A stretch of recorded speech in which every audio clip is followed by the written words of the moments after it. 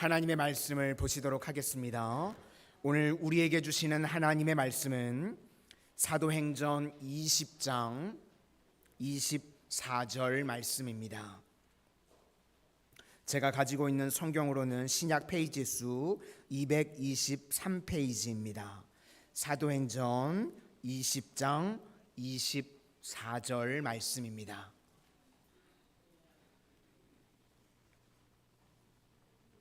사도행전 20장 24절 말씀을 우리 한 목소리로 같이 읽도록 하겠습니다. 시작.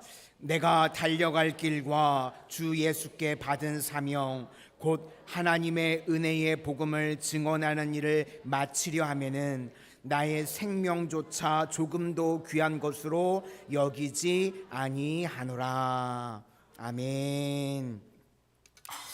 우리 옆에 분들과 한번 인사하실 텐데요. 오늘 이렇게 한번 인사하셨으면 좋겠습니다. 당신이 오셔서 참 좋습니다.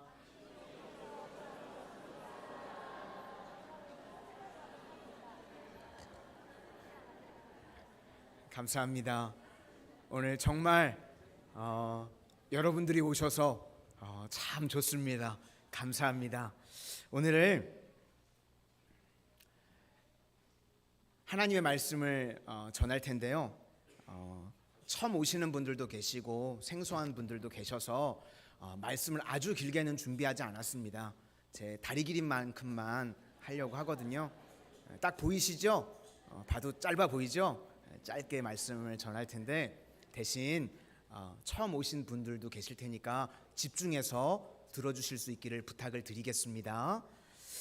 오늘은 내가 달려갈 길이라는 제목으로 하나님의 말씀을 증거하도록 하겠습니다. 오늘 말씀은요, 두 가지 이야기를 드리는 것으로 시작을 하려고 합니다. 하나는요, 몇 년 전에 돌아가신 한 할머니 이야기입니다. 이 할머니가 연세가 94세셨는데요. 그분이 돌아가실 때 화제가 되었습니다. 왜 이 할머니가 이 죽음이 이렇게 우리나라적으로 화제가 됐는가? 의사셨는데요.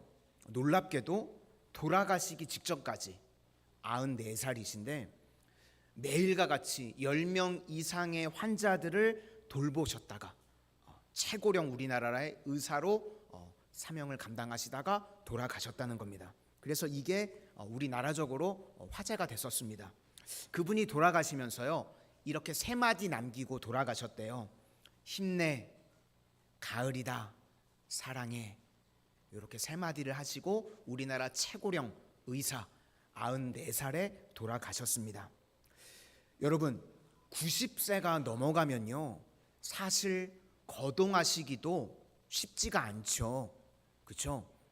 90이 넘어가시면 어디 돌아다니시는 것도 쉽지가 않습니다. 그런데 이분은 어떻게 94세나 되셨는데 매일 10명 이상의 환자분들을 이렇게 돌보셨는가? 저는 그 이야기를 들으면서요, 정말 대단하시다, 그런 생각이 들었습니다. 그런데요, 이야기를 좀 들어보니까요, 이 할머니 의사분께서요, 이 사명을 감당하기 위해서, 섬기는 삶을 살기 위해서요, 매일과 같이 소식하시고 운동하시고 그렇게 사셨다는 거예요. 이게 오늘 제가 첫 번째 시작하는 이야기고, 두 번째 이야기는요, 1945년 해군 소속으로 전쟁에 참전했었던 로버트 무어라는 분이 계십니다. 이분이요, 전쟁에 참전을 해서 이제 잠수함을 타셨는데요, 잠수함을 타고 이제 이 잔망경으로 적이 오는지 안 오는지 감시를 하는데요, 멀리 보니까 적군이었던 일본군의 배들이요, 수십 척이 막 이쪽으로 오더래요. 그러니까 이제 즉각적으로 대항을 해야 되잖아요. 그런데 안타깝게도요, 이 어뢰 미사일을 누르는 발사 장치가 고장이 났더랍니다. 그러니까 속수무책이죠. 적들의 배가 오고 있는데 너무 다급하니까 적에게 발견되지 않으려고요, 이 잠수함이니까 120피트까지 밑으로 잠수를 하고 숨었답니다. 들키면 안 되니까 그 잠수함 안에 있는 뭐 선풍기라든지 냉각장치 이런 것도 다 끄고 정말 쥐죽은 듯이 가만히 있었대요. 그런데 발각이 됐을까요? 안 됐을까요? 발각이 됐어요. 어떻게 이렇게 아시죠? 잘하시네요. 발각이 됐어요. 그래가지고요, 이 일본군이요 그냥 무차별적으로 공격을 하는데 무려 15시간 동안 공격을 퍼붓더랍니다. 나중에 어떤 명령이 이제 이 잠수함에 떨어졌냐면, 하도 막 미사일들 공격이 있으니까 잠수함이 막 흔들리니까 이 선원들한테 움직이지 말라고 침대에 누워서 아무것도 하지 말고 가만히 있으라는 명령이 떨어진 겁니다. 냉각장치도 껐으니까요, 잠수함의 온도가요 40도 이상 올라가고 아무것도 하지 못하고 꼼짝 못하고 침대에 있으니까요, 그 죽음의 공포 때문에 숨도 제대로 쉬어지지가 않았대요. 얼마나 급박한 상황이었겠습니까? 그런데 그 15시간에 숨도 쉴 수 없는 공포의 상황 가운데요, 기적적으로 이분이 살아나게 되었답니다. 그래서 이분이 이제 그때의 그 일을 회고하면서요 글을 쓰신 내용이 있어요. 제가 한번 읽어드리겠습니다. 우리가 공격을 받은 15시간은 그야말로 1500만 년처럼 생각되었습니다. 이러는 동안 나의 과거 생활이 눈앞에 펼쳐지는 것이었습니다. 제가 범한 크고 작은 악행을 비롯해서 공연히 속을 태웠던 어리석은 일들까지 모두 생각이 나는 것입니다. 이분이 해군에 입대하기 전에는요 은행원이었답니다. 그런데 월급은 박하고 근무 시간은 길고 그러다 보니까요 이런저런 불만들이 끊임없이 있으셨답니다. 그런데 이제 이 15시간에 그 죽음의 공포 앞에서요 이분이 옛날 생각이 계속 떠오르더랍니다. 그러니까 긴 시간이잖아요, 15시간 동안. 그런데 그 죽음의 공포 앞에서 예전에 과거에 살아봤던 일들이 쭉 하나하나 떠오르더래요. 그러면서 이렇게 이야기합니다. 그도 그럴 것이 집 하나 장만하지 못했고 새 차도 살 수 없었고 아내에게 변변한 옷 한 벌 사줄 수도 없는 형편이었습니다. 또 언제나 잔소리만 늘어놓는 늙은 상사를 대하기도 진저리가 났습니다. 그런데 이제 이렇게 두려움에 떨면서요 과거의 일들을 쭉 회상하고 보니까요 공통적으로 이분이 어떤 느낌이 드냐면 후회가 되더랍니다. 내가 왜 그때 그렇게 원망하고 불평하고 별것도 아닌 것을 가지고 그렇게 내가 고민했었나. 그러면서 이분이 그 15시간 동안에요 깨달은 게 있는데요 이렇게 이야기를 합니다. 몇 해 전까지만 해도 이런 것들이 얼마나 큰 걱정거리였는지 모릅니다. 그런데 폭내가 저를 산산조각 내어 날려버리지는 않을까 떨고 있을 때 이런 일들이 참으로 어리석게 생각되었습니다. 그때 그 자리에서 저는 맹세했습니다. 만일 다시 햇빛을 볼 수 있게 된다면 다시는 절대로 고민 같은 것은 하지 않겠다고 말입니다. 저는 잠수함 안에서 공포에 떨던 15시간 동안 인간이 사는 법에 대해 대학에서 배운 4년 동안 배운 것보다 훨씬 많은 것들을 배웠습니다. 오늘 우리 VIP 분들이 오셨는데요. 여러분들도요. 지금 이 시간 우리가 깨달아야 될 것이 무엇인가 하면 우리가 일상을 살아가면서 불평하고 원망하고 때로는 여러 가지 것들을 고민하면서 살아가고 계시죠.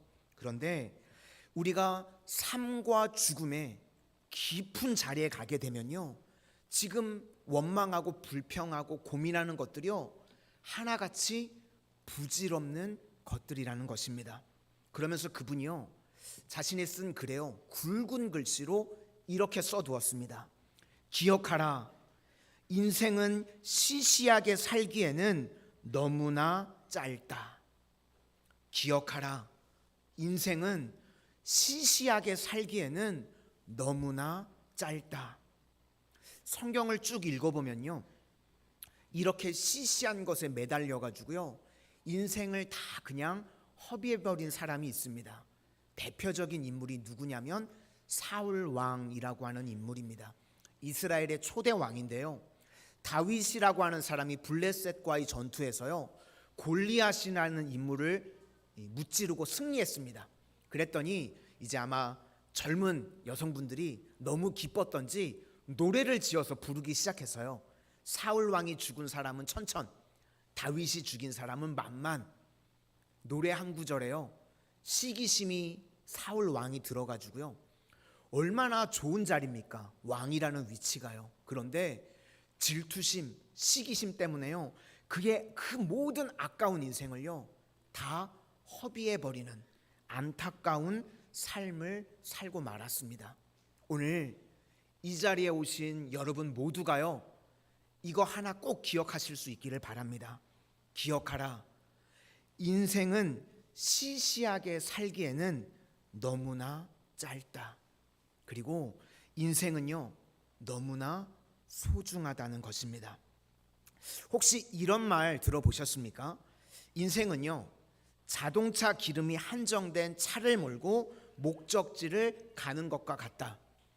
아마 이 이야기를 소크라테스가 있으면 다 받아 적으셨을 텐데, 그죠? 제가 하니까 저게 뭔 소리냐 이제 그러고 계시는데, 우리 인생이요 자동차 기름이 한정된 자동차를 몰고요 목적지로 가는 겁니다. 그런데 문제는 무엇인가 하면, 요즘 나오는 자동차들은 내비게이션이 잘 되어 있죠. 그래서 서울 딱 찍으면 뭐 300km 딱 키로수 길까지 나옵니다. 그리고 길을 가다가 기름이 떨어지면요 얼마든지 주유소에 가서 우리가 다시 기름을 채워 넣을 수 있습니다. 그렇죠. 그런데 우리 인생의 항로는요 중간에 다시 기름을 채워 넣을 수 없다는 겁니다. 뭐 진시황을 비롯해 가지고요 수많은 사람들이요 기름을 다시 채워 넣으려고 하는 시도를 했었습니다. 그런데 모두 다 실패로 돌아갔죠. 그래서 우리 인생은요 여기도 기웃거리고 저기도 기웃거릴 여유가 없다는 것입니다. 오늘 제가 함께 읽었었던 본문의 말씀은요 저에게는 제 인생의 말씀입니다. 사도행전 20장 24절 말씀, 내가 달려갈 길과 주 예수께 받은 사명 곧 하나님의 은혜의 복음을 증언하는 일을 마치려 하면은 나의 생명조차 조금도 귀한 것으로 여기지 아니하노라. 저는 오늘 이 자리에 계시는 모든 분들이요 인생을 시시하게 끝내는 분이 아무도 없기를 바랍니다. 그러면 우리가 시시한 인생을 살지 않기 위해서 구비해야 될 것 세 가지에 대해서 제가 말씀을 드리려고 합니다. 첫 번째로, 시시하지 않은 인생을 살기 위해서 우리에게 필요한 것이 무엇인가? 흔들림 없는 사람의 방향입니다. 목적지를 알고 가야 한다는 것입니다. 아까 말씀드렸던 것처럼요 인생의 기름이요 그리 많지 않습니다. 그래서 우리가 이 땅에 태어나서 목적지를 향해서 달려가야 되는데요 이것도 해보고 저것도 해보고 이럴 여유가 없다는 것입니다. 릭 워렌 목사님이 쓰신 책 중에요 목적이 이끄는 삶이라는 책이 있는데요 그 책 앞머리에요 이제 추천서들을 쓰시잖아요. 홍정길 목사님이라고 하시는 분이 추천서 글을 쓰셨는데요 그 글을 보니까요 이 배를 탈 때 노젓는 법에 대해서 잠시 설명하는 글이 나옵니다. 목사님께서요 어릴 적 친구들과 함께 배를 타러 가셨대요. 배를 타러 가가지고 이제 난생 처음 혼자서 조그만 배니까 노를 저어서 가려고 하는데요 배가 기우뚱기우뚱 거리기만 하고 계속 뱅뱅 제자리를 돌더랍니다. 한 선배가 그걸 보더니요 안타깝게 여겼는지 이렇게 조언을 해주더래요. 배만 쳐다보고 노를 젓지 말고 너가 가려고 하는 목적지를 바라보면서 노를 저으면 배가 그쪽으로 가게 될 거야. 그리고 실제로 목적지를 향해서 노를 저었더니 배가 그리로 가게 되더라는 것입니다. 이것이요 우리에게도요 중요한 메시지입니다. 오늘 이곳에 오신 여러분들이요 얼마나 열심히 사십니까? 그렇죠? 매일 침대에 뒹굴면서 세워라 내워라 하시는 분들 계시나요? 아마 한 분도 안 계실 줄로 압니다. 나름대로 아침 일찍 일어나서 밤늦게까지 다 수고하고 그렇게 살아가고 계시죠. 그런데 우리가 그렇게 열심히 노를 젓기는 졌는데요, 그냥 제자리만 도는 것 같은 인생을 살아갈 때가요 너무나 많이 있다는 것입니다. 그러면 어떻게 하면 이 제자리를 맴도는 것과 같은 현실을 박차고 나아갈 수 있는가? 아까 그 선배의 조언 그대로입니다. 눈앞에만 바라보고 노를 젓는 인생이 아니라요, 목표를 바라보고 노를 젓는 인생이 되어야 한다는 것입니다. 사도 바울이라고 하는 위대한 사도에게 배울 수 있는 중요한 내용들은요 오늘 본문 말씀에 다 들어 있습니다. 오늘 본문이요 이렇게 시작을 합니다. 내가 달려갈 길과. 우리 인생에요 달려갈 목적지가 있다고 이야기합니다. 여기서 달려갈 길이라고 하는 헬라어 단어는요 드로모스라고 하는 단어입니다. 우리말로 해석하면 경주 또는 경주장이라는 뜻이 있습니다. 얼마 전에 항저우에서 아시안 게임이 있었는데 혹시 여러분들 다 보셨나요? 보신 분도 계시고 안 보신 분도 계시네요. 그렇죠? 100m 트랙에요. 100m 경기를 하는 선수들이요 트랙에 섰습니다. 그러면 그 선수들 혹시 눈빛 보셨나요?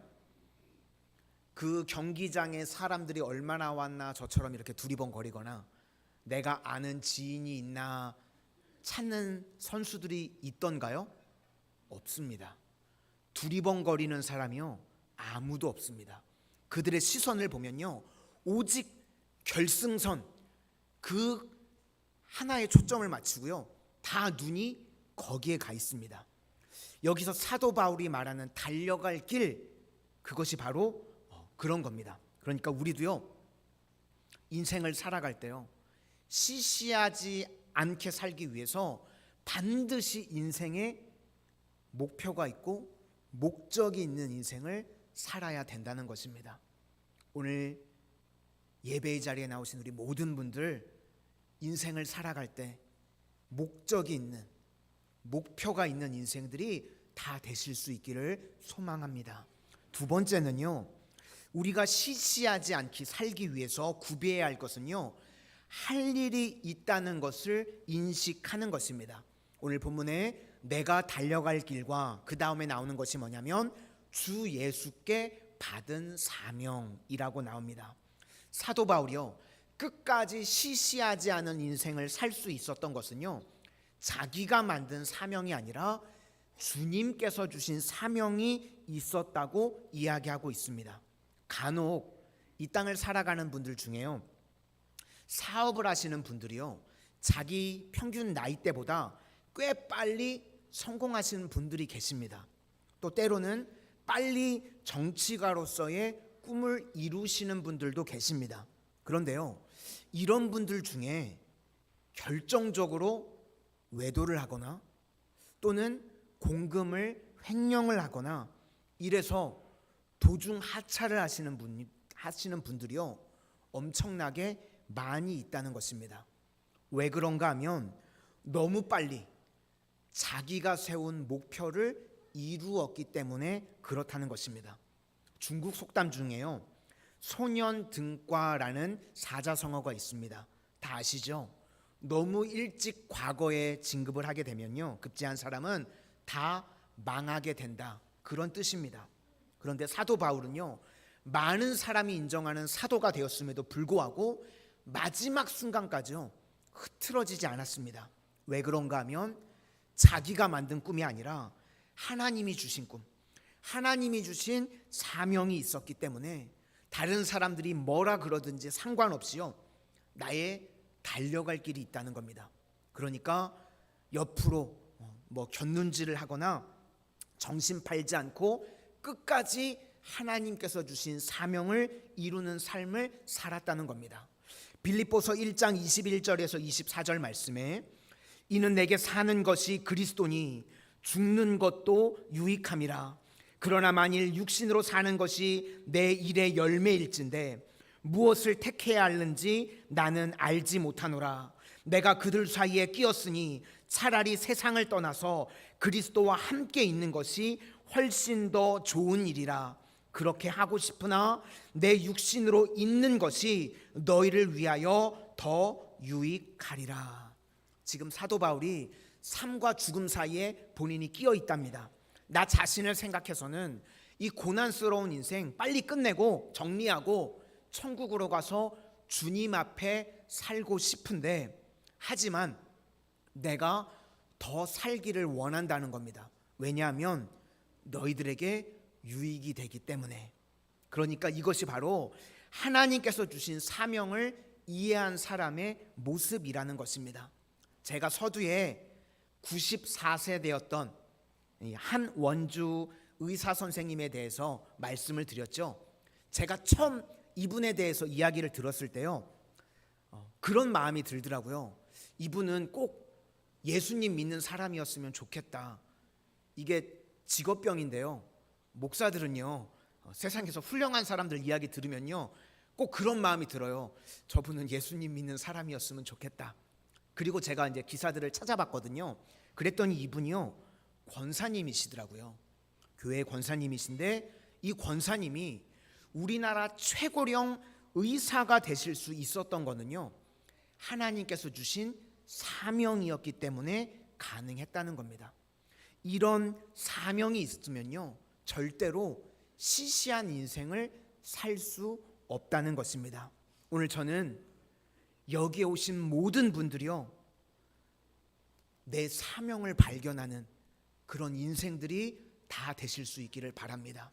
그래서 단 한 번뿐인 너무나 귀한 인생을 우리가 살아가시는데 꼭 사명을 발견하셔서 그 사명을 이룰 수 있는 아름다운 인생들 되실 수 있기를 바랍니다. 이제 마지막 세 번째로, 저 목사는 짧게 한다 그러든지 표정들이 굳어가시는 분들이 계시는 것 같아서 지금 빨리 하는 거예요. 아니 분명히 지 다리 길이만큼만 한다 그랬는데 이거 그죠? 나 이 뷔페도 먹어야 되는데 지금.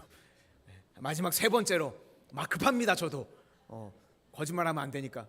난생 처음 목사는 저 거짓말쟁이인가 이러시면 안 되잖아요, 그죠?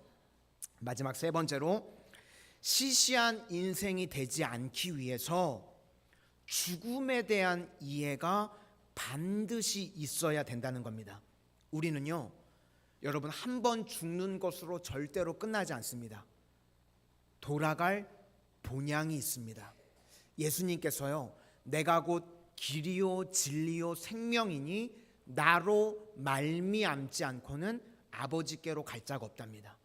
예수님을 믿기만 하면요 우리 죽음으로 끝나지 않고요 다시 영원한 천국에 가게 되는 줄로 믿습니다.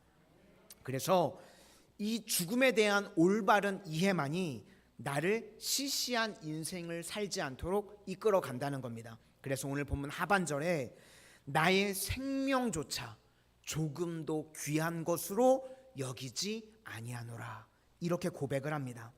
플러신학교에 한 노 교수님께서요 이런 이야기를 하는 걸 들어봤습니다. 의외로 많은 지도자들이요 끝까지 완주하는 경우가 드물다는 겁니다. 중간에 변질되고 또 엉뚱한 곳으로 새어나가고, 지도자들 중에요 이런 사람들이 많이 있답니다. 제가 사도 바울을 보면서요 제가 꼭 한 가지 담고 싶은 게 있는데 그게 뭐냐면요 끝까지 완주하는 겁니다. 사도 바울이라는 인물은요 고난의 길을 살아가는데요 변질되거나 좌우로 새지 않았습니다. 어떻게 그의 인생이 이렇게 끝까지 완주할 수 있었는가?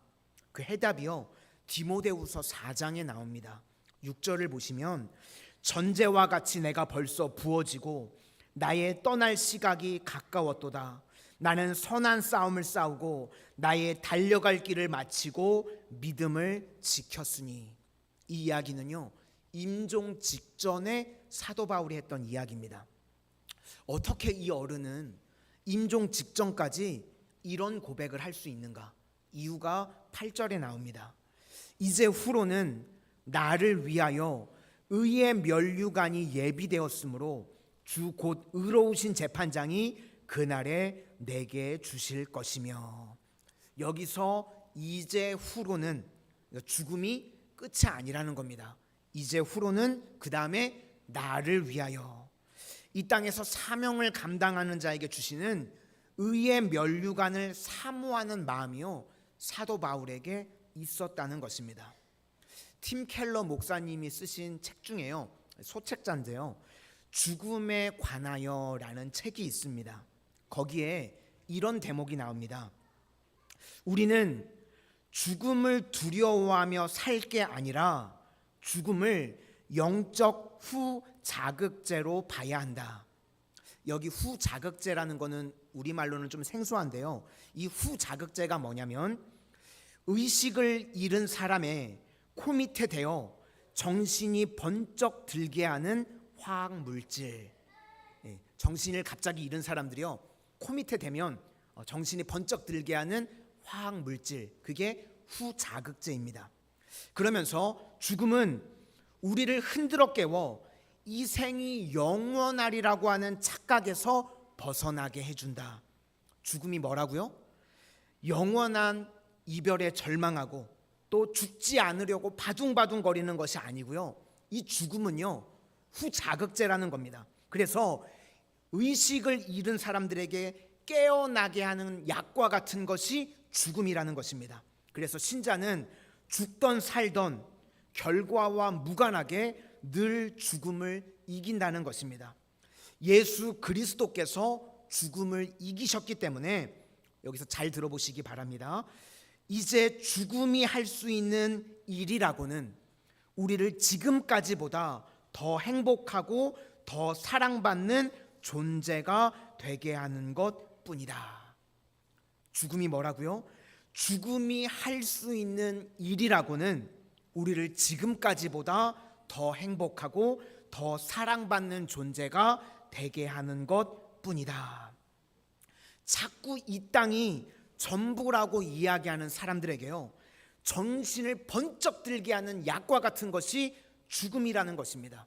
그래서 이 책에 보면요, 현대인들이요 죽음에 대해서 제대로 인식을 하지 못하기 때문에 이렇게 타락하고 방종한 인생을 살아가게 된다는 겁니다.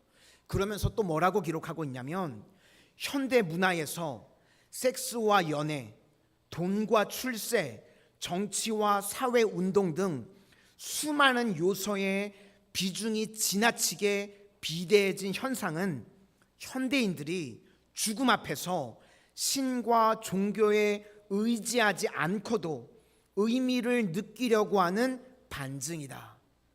한마디로 이야기해서요, 죽음에 대해서 오해하고 있다는 것입니다. 이 땅이 전부인데 막 누려야지, 막 즐겨야지, 돈 벌어야지, 그렇게 집착하다가요 허무하게 다 끝나버린다는 것입니다. 오늘 사도 바울이요, 임종 앞에서 어떻게 이렇게 담대할 수 있었는가? 사도 바울은요 죽음을 제대로 이해했습니다. 이제 죽음이 할 수 있는 일이라고는 우리를 지금보다 더 행복하고 더 사랑받는 존재가 되게 하는 것밖에 없다. 왜 그러죠? 예수님을 믿은 사람은요, 죽음은 우리를 하나님 나라로 인도하기 때문입니다. 이런 확신이 있으니까요, 이 땅에서요 조급함이 없는 인생을 살았다는 것입니다. 오늘 우리가요 사도 바울이 이렇게 시시하지 않게 살았던 비결을 배워야 한다는 겁니다. 제가 아까 말씀드렸던 94세 되었던 이 한원주 권사님께서 쓰신 책이 있는데요, 100세 현역이 어찌 꿈이랴. 그 책을 보니까요 이분이 헌신의 삶을 살게 된 계기가 나옵니다. 약 40년 전에 사랑하는 남편이요 갑자기 돌아가셨대요. 그래서 그 일을 계기로 이제 병원을 접고 수십 년간 무료 봉사의 삶을 살아가셨답니다. 그런데 그 책에요 이런 내용이 담겨져 있습니다. 어느 날 남편의 죽음은 나의 육신과 영혼을 송두리째 뒤흔들어 놓았다. 그의 죽음은 우리 모두를 당혹해 했다. 특히 그의 순수한 학구열을 누구보다도 잘 이해하고 있던 나는 번뇌가 클 수밖에 없었다. 남편이 가니 나의 인생관도 바뀌었다. 재물도 명예도 지위도 부질없는 것이라는 마음이 엄습했다. 이렇게 인생에 위기가 찾아왔다는 겁니다. 그렇게 부를, 그렇게 의사로서의 명예를, 그렇게 모든 것들을 다 누렸는데 허무했다는 겁니다. 남편이 떠나니까요, 모든 것들이 다 허무해지더랍니다. 그러면서 그 다음 글을 보니까 허전하고 허망한 심정을 달랠 길을 갈망하면서 눈물로 기도하며 하나님께 매달렸다. 그 길밖에는 내 마음을 가라앉힐 방법이 없었다. 그러면서 이 권사님께서 새벽 기도를 시작하셨답니다.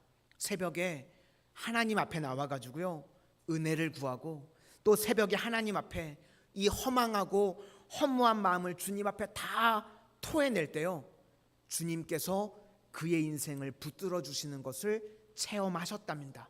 그래서 그의 인생이요, 가치 있는 인생으로 거듭나게 되었다는 것입니다. 이제 말씀을 마치려고 합니다. 우리도 인생을 살다 보면요, 텅 빈 들판에 나홀로 남겨진 것 같은 그런 생각이 드실 때가 다 있으실 줄로 압니다. 그것이 우리네 인생입니다. 그런데요, 절대로요, 여러분들 혼자가 아니십니다. 주님께서요, 주님의 손으로 여러분들 한 분 한 분을 손 내밀고 계십니다. 그리고요, 오늘 이 자리에 여러분들이 나오시기까지요, 우리 마산 성은의 성도님들이요, 얼마나 눈물로 울면서 함께 기도했는지 모릅니다. 오늘 이 자리에 계신 모든 분들이요, 이 너무나 귀한 인생, 시시하게 끝마치는 인생이 아무도 없기를 주님의 이름으로 축원을 드립니다.